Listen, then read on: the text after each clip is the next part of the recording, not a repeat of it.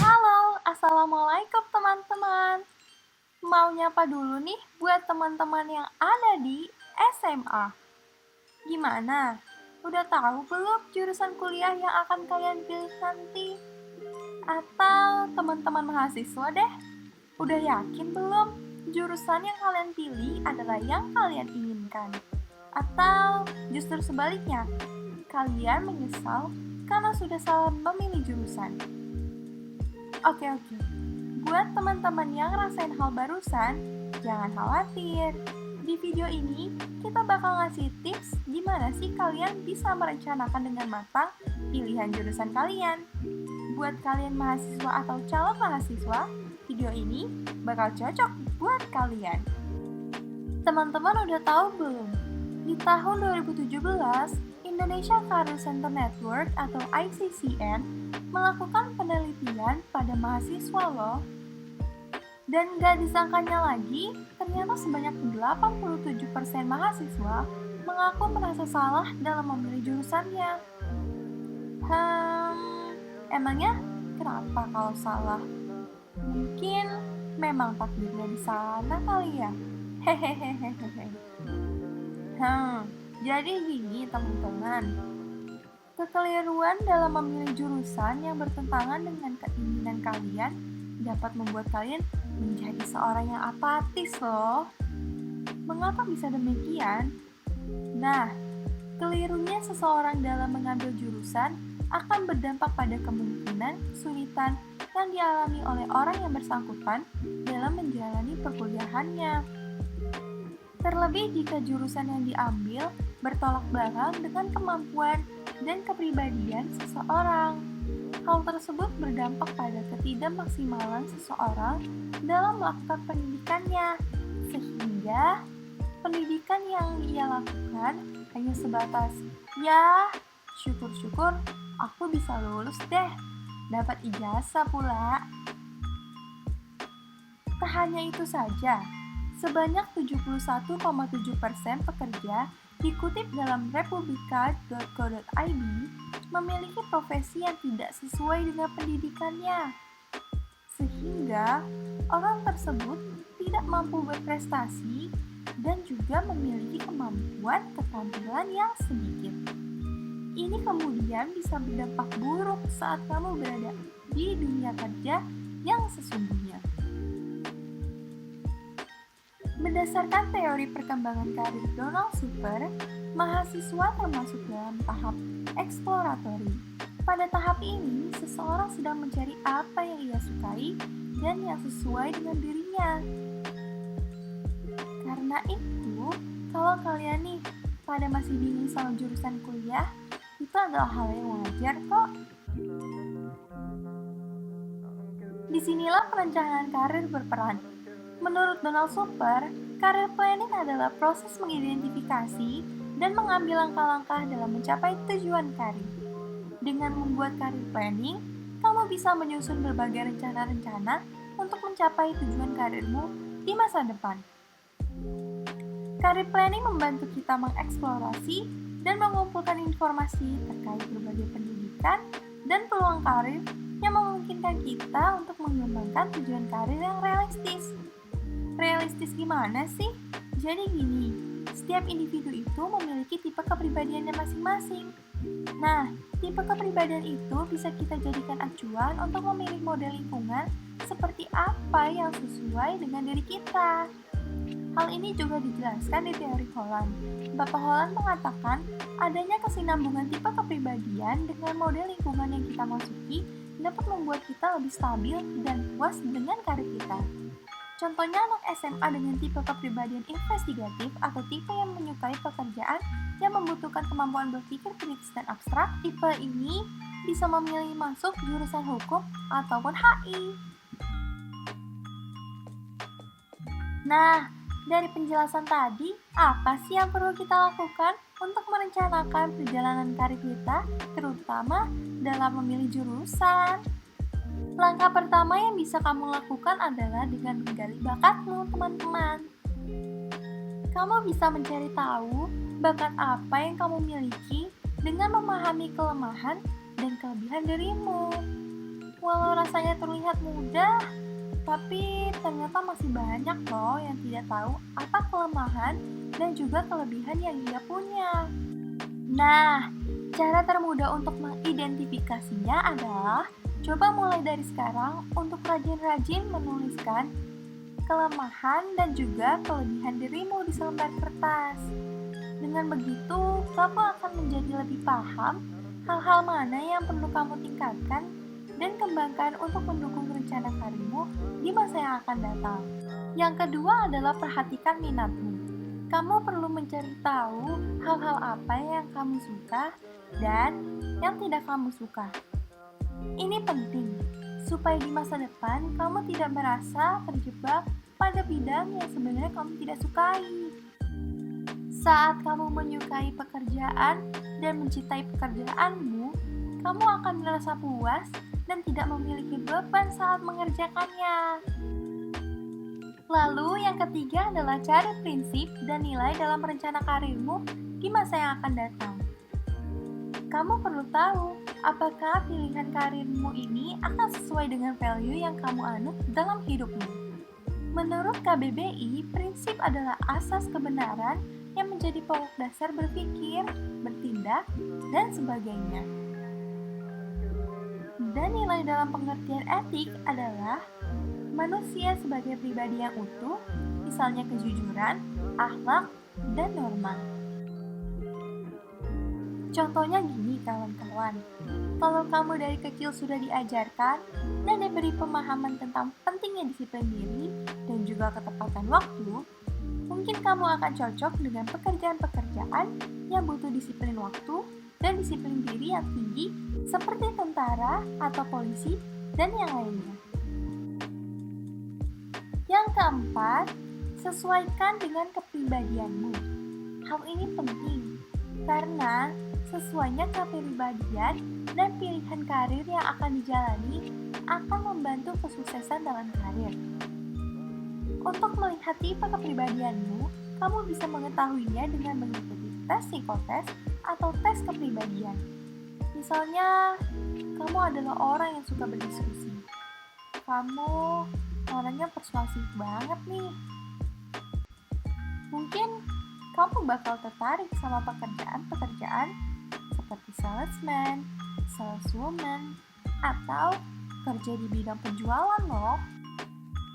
Yang kelima, kamu perlu memperhatikan kesempatan karir. Karena tidak semua kesempatan karir dapat sesuai dengan potensi diri yang kamu miliki. Dalam melakukan perencanaan karir, kamu dapat menyesuaikan dan mengembangkan kesempatan karir yang sesuai dengan kemampuan yang kamu miliki. Kamu harus mempelajari bagaimana sih pekerjaan yang memiliki nilai potensial sesuai dengan kemampuannya. Misalnya, kamu suka dengan penelitian dan juga suka meneliti. Kamu tertarik banget pengen jadi seorang saintis. Tapi sayangnya, di kota kamu saintis cuma boleh laki-laki karena resiko pekerjaannya tinggi. Kamu bisa mencari cara alternatif yang lainnya loh, seperti kamu bisa menjadi seorang dosen atau mungkin pengajar lain yang memungkinkan kamu melakukan penelitian juga tanpa harus memandang gender sebagai syarat pekerjaan tersebut. Selanjutnya adalah yang keenam. Pada bagian ini, kamu perlu memperhatikan penampilan karir loh. Maksudnya adalah penampilan yang merepresentasikan dirimu. Seharusnya yang konsisten dengan perilaku serta harapan yang ditetapkan dalam karir yang kamu tuju. Ini berarti kamu harus memahami standar atau kriteria yang dibutuhkan dalam suatu karir agar nantinya kamu bisa mempertahankan pekerjaan tersebut. Seperti contohnya, kamu ingin sekali jadi atlet. Otomatis, mau tidak mau, kamu harus membuat setidaknya penampilan fisik kamu mumpuni untuk menjalani kegiatan-kegiatan olahraga berat loh. Yang terakhir, tapi juga tidak kalah pentingnya dan tetap harus kalian ikuti dan kalian terapkan adalah perhatikan gaya hidupmu. Keberhasilan dalam merencanakan karir juga dipengaruhi gaya hidup seseorang yang sesuai dengan pilihan karir yang terbuka. Dibutuhkan juga pemahaman tentang diri kamu dan lingkungan, juga pengalaman dalam menentukan arah yang akan dilalui. Jadi, perjalanan karir kamu tidak selalu berjalan searah dengan potensi, harapan, dan nilai-nilai yang dianut loh. Sekian dari saya, semoga bermanfaat buat kalian semua.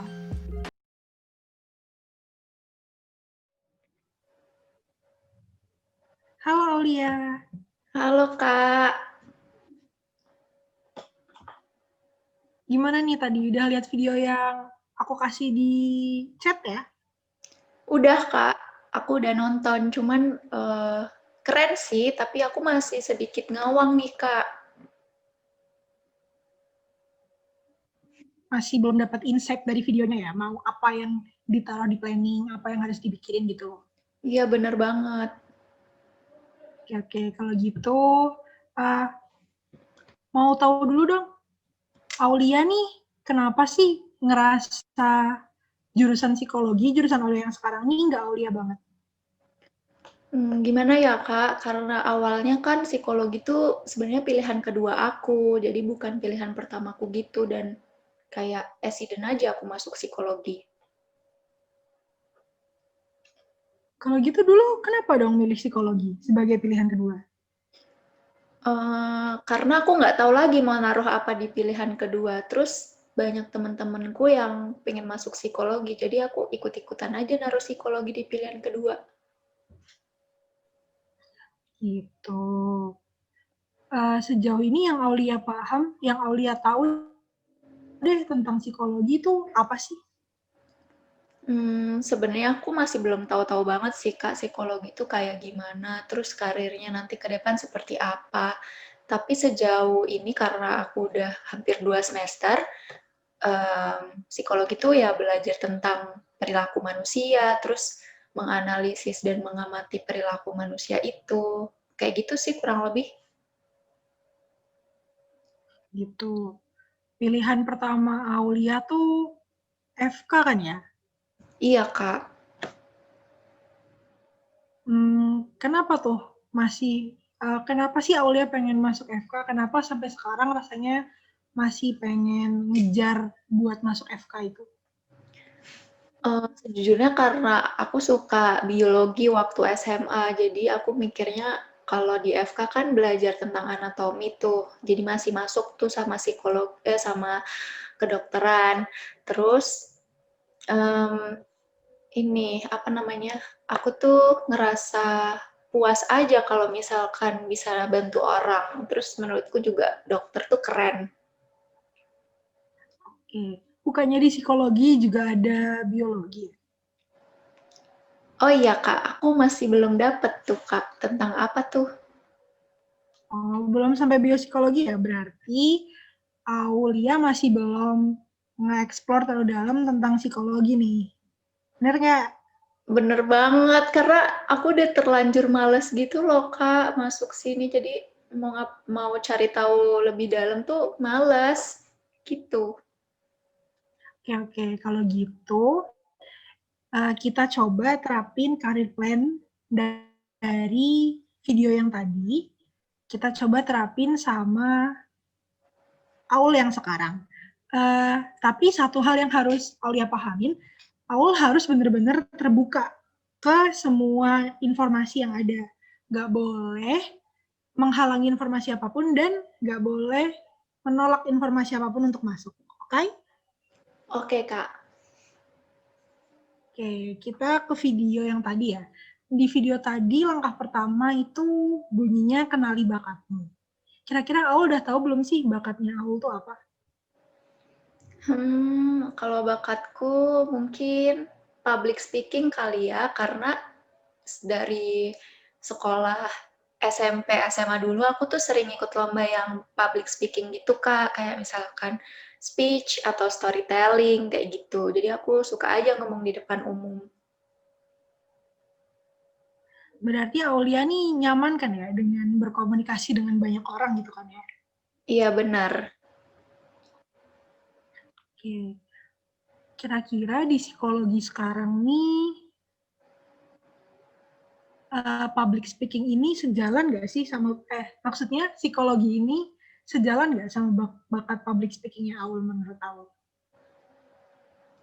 Sejauh ini sih kayaknya iya sih Kak, karena tugas-tugas di psikologi itu kebanyakan ngomong di depan umum kan, apalagi sekarang kita harus selalu presentasi di depan kelas. Jadi bakat public speakingku tuh keasah dan kepake banget sih menurutku. Oke, berarti di tahap pertama ini nggak masalah ya, posisi Aul sebagai anak fakultas psikologi, sebagai mahasiswi fakultas psikologi ini nggak masalah karena bakatnya Aul nih kebetulan cocok dengan apa yang ditawarkan di fakultas psikologi, ya kan? Iya, bener banget. Oke, kalau gitu kita lanjut ke tahap yang kedua. Yang tahap kedua adalah perhatikan minatmu. Mungkin di sini bakal ada clash ya. Minatnya Aul nih di mana? Menurut Aul yang sekarang Aulia sedang suka, yang sedang Aulia sedang ingin dalami itu apa sih? Aku tuh suka sama hal-hal yang berbau research gitu Kak, sama yang tentang menulis juga suka. Pokoknya tentang research aku suka. Menurut Aulia, ini udah tersampaikan belum di fakultas psikologinya Aulia sekarang? Dengan mata kuliah yang sejauh ini? Belum, karena Belum ya? tahu kayaknya juga di psikologi tuh emang ada ya Kak eksperimen gitu. Ada dong, di semua jurusan di kuliah pasti ada eksperimen. Mau nggak mau karena kita sebagai mahasiswa nantinya kita bakal dituntut buat ngelakuin banyak research, bakal makalah-makalah mungkin Aul nanti bisa lebih memperdalam lagi ya baca-baca. Nanti Aul lihat deh di kurikulum biasanya bisa diakses lewat website ya kalau kurikulum di kurikulum fakultasnya Aulia di universitasnya Aulia ada nggak kira-kira jurusan-jurusan yang bunyinya penelitian apa mungkin penelitian kuantitatif, penelitian kualitatif, atau mungkin bunyinya asesmen, atau mungkin bunyinya intervensi. Biasanya mata kuliah yang kayak gitu dia membutuhkan research, dia butuh penelitian sebagai tugasnya dia dan hasil akhirnya dia. Selain itu nih, kalau Aul suka sama research, ada lagi nih cara lain buat tetap menyalurkan minatnya Aul, meskipun Aul nggak ada di FK, meskipun Aul bukan mahasiswa FK. Aul kepikiran nggak buat ikut UKM-UKM tentang karya ilmiah, atau mungkin komunitas gitu, atau mungkin malah udah ikut? Udah sih Kak, aku kemarin coba daftar UKM yang tentang KTI gitu. Oke, berarti udah belajar-belajar tentang karya tulis lagi dong ya di perkuliahan ini? Masih dasar sih Kak, terus menurut aku juga karena dulu kan aku mungkin di IPA ya SMA-nya, terus masuk ke psikologi kan kayak sosial banget gitu. Aku tuh masih bingung research di sosial, khususnya di psikologi tuh kayak apa? Apa ada eksperimen juga kah? Atau apa itu aku masih belum terlalu paham. Oke, berarti sekarang yang jadi permasalahan buat penyaluran minatnya Aul ini lebih ke waktunya ya. Aul belum dapat waktu yang tepat buat nyalurin minatnya Aul ini. Iya bener Kak, karena masih bingung aja sama diri sendiri. Kayak, aduh kenapa aku masuk psikologi sih gitu. Oke, kalau gitu bisa kita garis bawahin, berarti poin nomor 2 ini sebenarnya dia bisa tersampaikan. Sebenarnya dia ini ada, penyaluran minatnya Aul ini ada, Aul udah paham minatnya Aul, Aul juga udah paham ini mungkin nanti bakal terpenuhi, tapi untuk sekarang Aul masih ngerasa belum puas karena ini belum terpenuhi sesuai standar yang Aul mau. Iya, Oke, berarti nomor 2 ini seenggaknya udah bisa kita checklist karena Aul udah tahu minatnya Aul. Kalau bahasa Inggrisnya ini ngomongnya it's matter of time deh. Nanti kita lihat lagi ke depan apakah Aul masih bakal greget belum bisa melakukan research, atau justru bakal mungkin ada waktunya bakal kewalahan sama research yang Aul pengen. Oke? oke Kak. Oke, kalau gitu kita lihat ke tahap yang nomor 3. Ini tentang prinsip dan nilai dalam karir. Tadi kan Aul bilang ya, Aulia belum paham mau jadi apa Iya, habis dari kuliah psikologi ini. Oke, tapi rasanya sih dari tadi percakapan kita ya, sebenarnya Aulia ini udah tahu deh kayaknya, udah ada insight sebenarnya psikologi ini mau jadi apa dan bakal jadi apa. Kira-kira menurut Aul, pekerjaan nantinya yang sesuai dengan Aul di bidang psikologi ini mau jadi apa? Psikolog kah? Atau jadi HRD, staf HRD, atau jadi gimana? karena aku taunya dunia kerja di psikologi itu hanya sebatas HRD dan psikolog, mungkin kayaknya lebih cocok ke psikolog sih Kak. Karena lebih banyak biologinya ya. Iya, terus ya kayak mirip-mirip dokter aja menurutku. Oke, prinsip dan nilai ini intinya itu adalah uh, karirnya Aul yang Aul ya pengenin, apakah nanti dia sesuai dengan uh, value yang ada dalam diri Aul, apa yang Aul rasa itu benar. Dan menurut rasanya kita lihat jadi psikolog tuh udah hal yang cocok ya, apalagi tadi Aul bilang ini uh, kelihatannya mepet-mepet sama jadi dokter ya. Mungkin dokter yang di bayangan Aul nih psikiater ya. Iya, Oke, berarti seenggaknya kita udah nemuin rencana karir Aul, rencana karir yang Aulia pingin kalau Aulia ada di psikologi. Kita garisin dulu psikolog klinis ya. iya Kak. Terus yang nomor 4 ada sesuaikan dengan kepribadianmu. Ini sebagai anak psikologi nih, biasanya dari semester 1 nih udah langganan nih, udah banyak banget uh, ngelakuin tes-tes kepribadian, atau mungkin bahkan udah jadi yang melakukan tes, jadi pelaksana tesnya udah bukan yang melakukan lagi. Kira-kira Aul udah paham belum sih sama kepribadiannya Aul?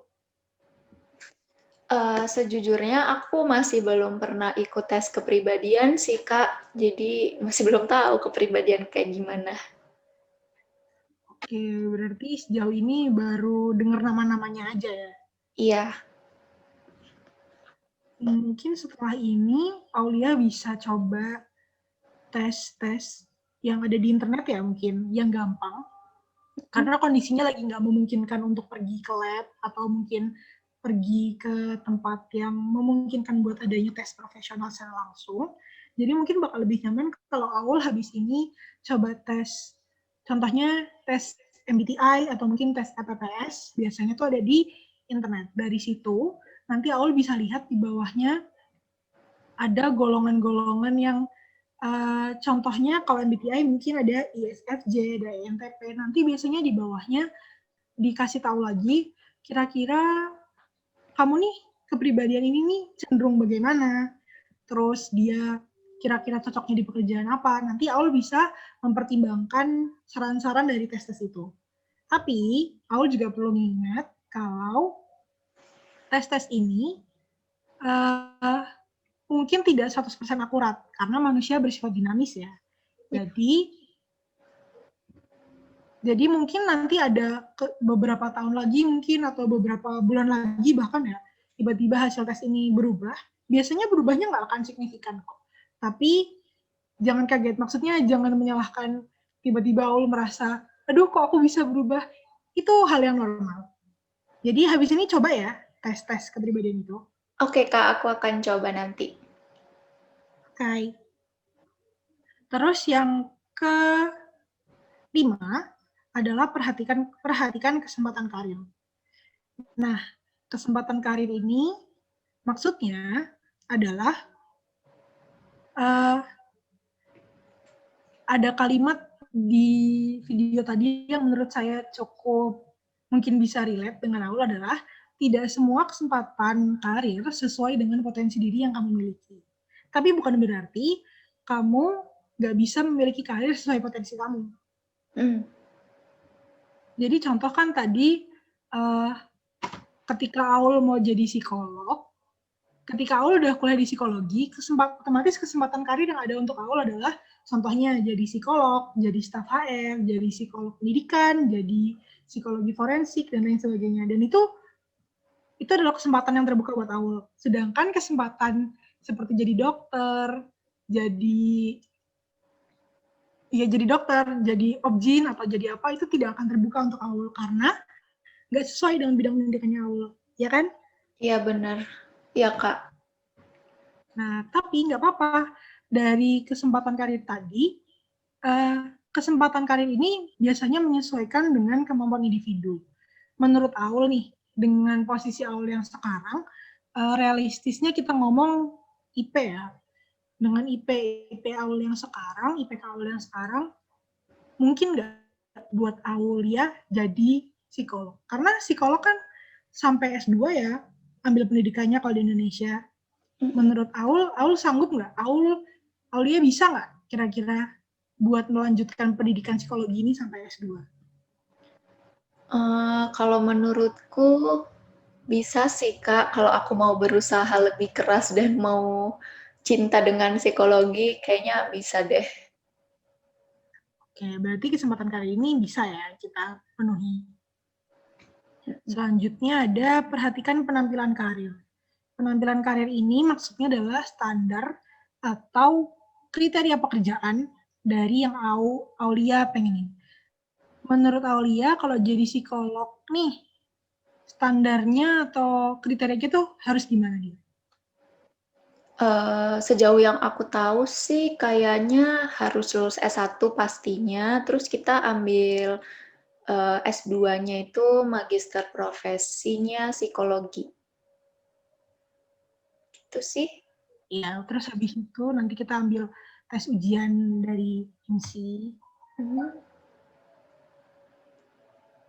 Oh, masih ada Pengetahuan Aul tentang ya, Kak? ya ada. Pengetahuan Aul tentang jadi psikolog nih juga sudah lumayan loh sebenarnya. Aul udah tahu step-stepnya buat jadi psikolog tuh kayak gimana. Berarti penampilan karir ini bisa Aul penuhi. Berarti penampilan karir ini kita bisa bilang ini mumpuni ya untuk Aul penuhi. Oke, kalau gitu kita ke yang terakhir adalah perhatikan gaya hidupmu. Nah, gaya hidup ini ada 4 poin. Ada pemahaman tentang diri sendiri, pemahaman tentang lingkungan, pemahaman tentang pemahaman diri sendiri, pemahaman tentang lingkungan, terus ada tentang menentukan arah. Maksudnya yang pertama, dari yang pemahaman tentang diri sendiri, dari pembahasan kita tentang bakat dan minat tadi ya, rasanya Aul ini udah cukup sangat memahami dirinya Aul tuh mau kemana dan mau gimana. Terus lingkungannya Aulia gimana? Support kah atau gimana? Kalau lingkunganku sih, alhamdulillah support banget ya Kak. Aku mau jadi apapun tuh disupport, apalagi orang tuaku gitu.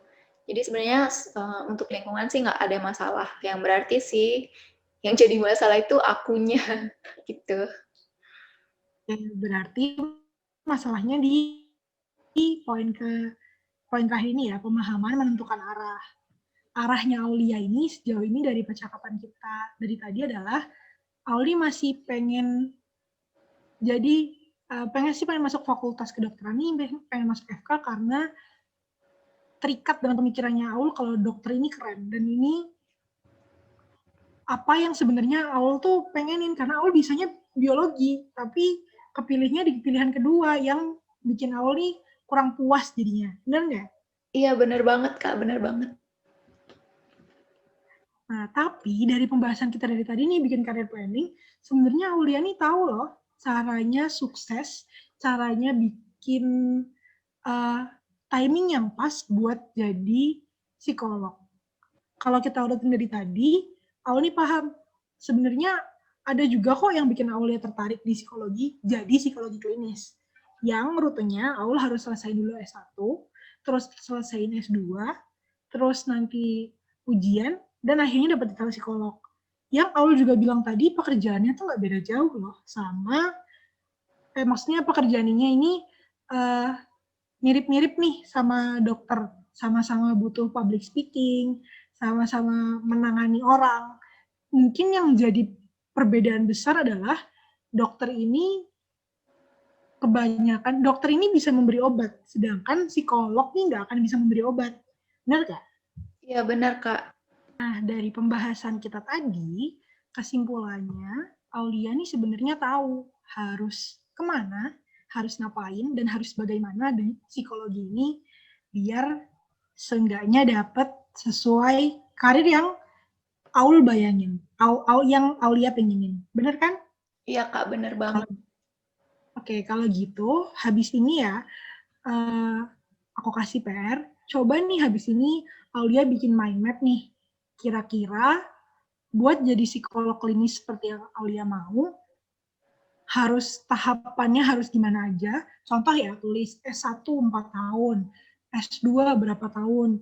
Terus tulis juga nih, S1 di mana? Di Universitas Aulia yang sekarang ya otomatis. S1 di universitas ini dari tahun berapa sampai tahun berapa. Terus nanti S2 mau di mana dari tahun berapa sampai tahun berapa. Terus habis itu mau kira-kira kebayangnya kerja di mana. Terus di dalam proses itu, menurut Aulia, yang bisa mendukung buat ke proses selanjutnya tuh gimana? Contoh dari S1 ke S2 nih, mungkin kamu butuh pengalaman, contoh jadi anak organisasi, jadi atau ikut UKM, ikut lomba-lomba. Nah, tuh tulis semua di mind map Aul. Kira-kira rencana-rencana apa yang bakal Aulia lakuin mulai semester ini kalau bisa, atau enggak mulai semester depan, mulai semester 3, dan seterusnya. Biar Aulia ini berpatokannya ke diri Aulia sendiri, ke apa yang udah Aulia planningin, bukan ke orang lain. Oke? Okay?